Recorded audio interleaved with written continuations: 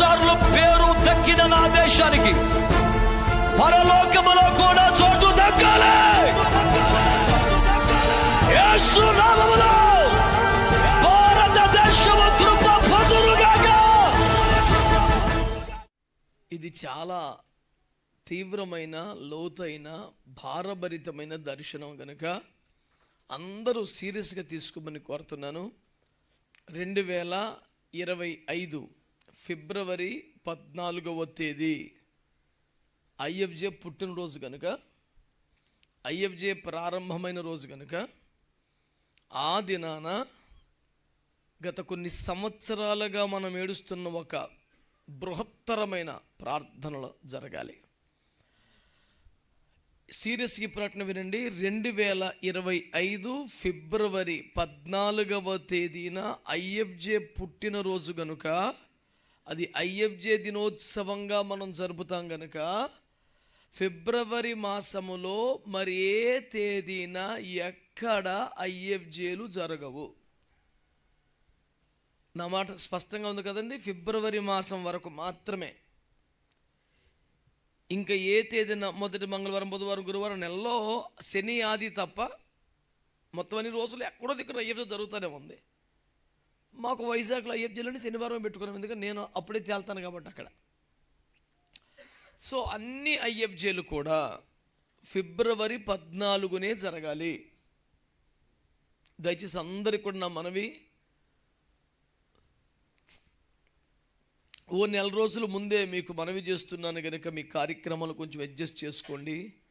అది కూడా పగలే, అది పగలే కాబట్టి ఉదయం 9:30 నుంచి 12:30 వరకు జరగాలి. కాబట్టి ఈ మాటను కొంచెం మనసులో పెట్టుకోండి. 50 ఐఎఫ్జేలు కూడా అదే తేదీన అదే సమయాన్ని మోకరించాలి. ఇదంతా ఎందుకంటే గతంలో చాలాసార్లు మనం వాక్యంలో చెప్పుకున్నాం, ప్రార్థన కూడా చేశాం.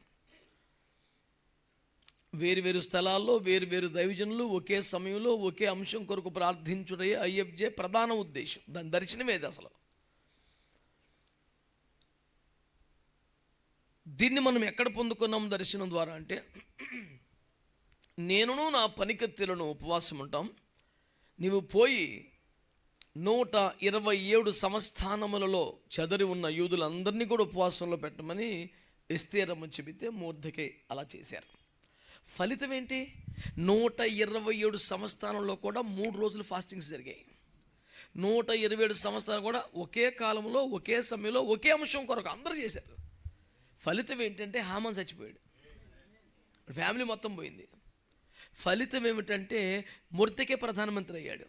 ఫలితం ఏమిటంటే ఇంతవరకు ఎప్పుడు ఎక్కడ జరగలేదు, భవిష్యత్తులో జరుగుద్దని ఆశించడానికి కూడా ధైర్యం సరిపోనంత కార్యం. రాజుగారు మొర్దెకైని ఎస్తేర్ని పిలిచి తెల్లకాయితం ఇచ్చి తన ఉంగరం ముద్ర గుద్దేసి మీకు నచ్చినట్టుగా చట్టం రాసుకోమని చెప్పాడు. ఎక్కడైనా ఉంటుందా? మొర్దెకై ఎవడు?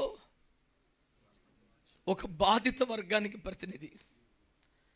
నడి రోడ్డు మీద బట్టలు చింపుకొని బూడిద పోసుకొని ఏడ్చినోడు, మా జాతిని కాపాడమంటూ మొరపెట్టినోడు, ఓ కొత్త బట్టలు బహుమతి ఇస్తే వేసుకోలేక గుండెలు బాదుకొని రోధించినోడు,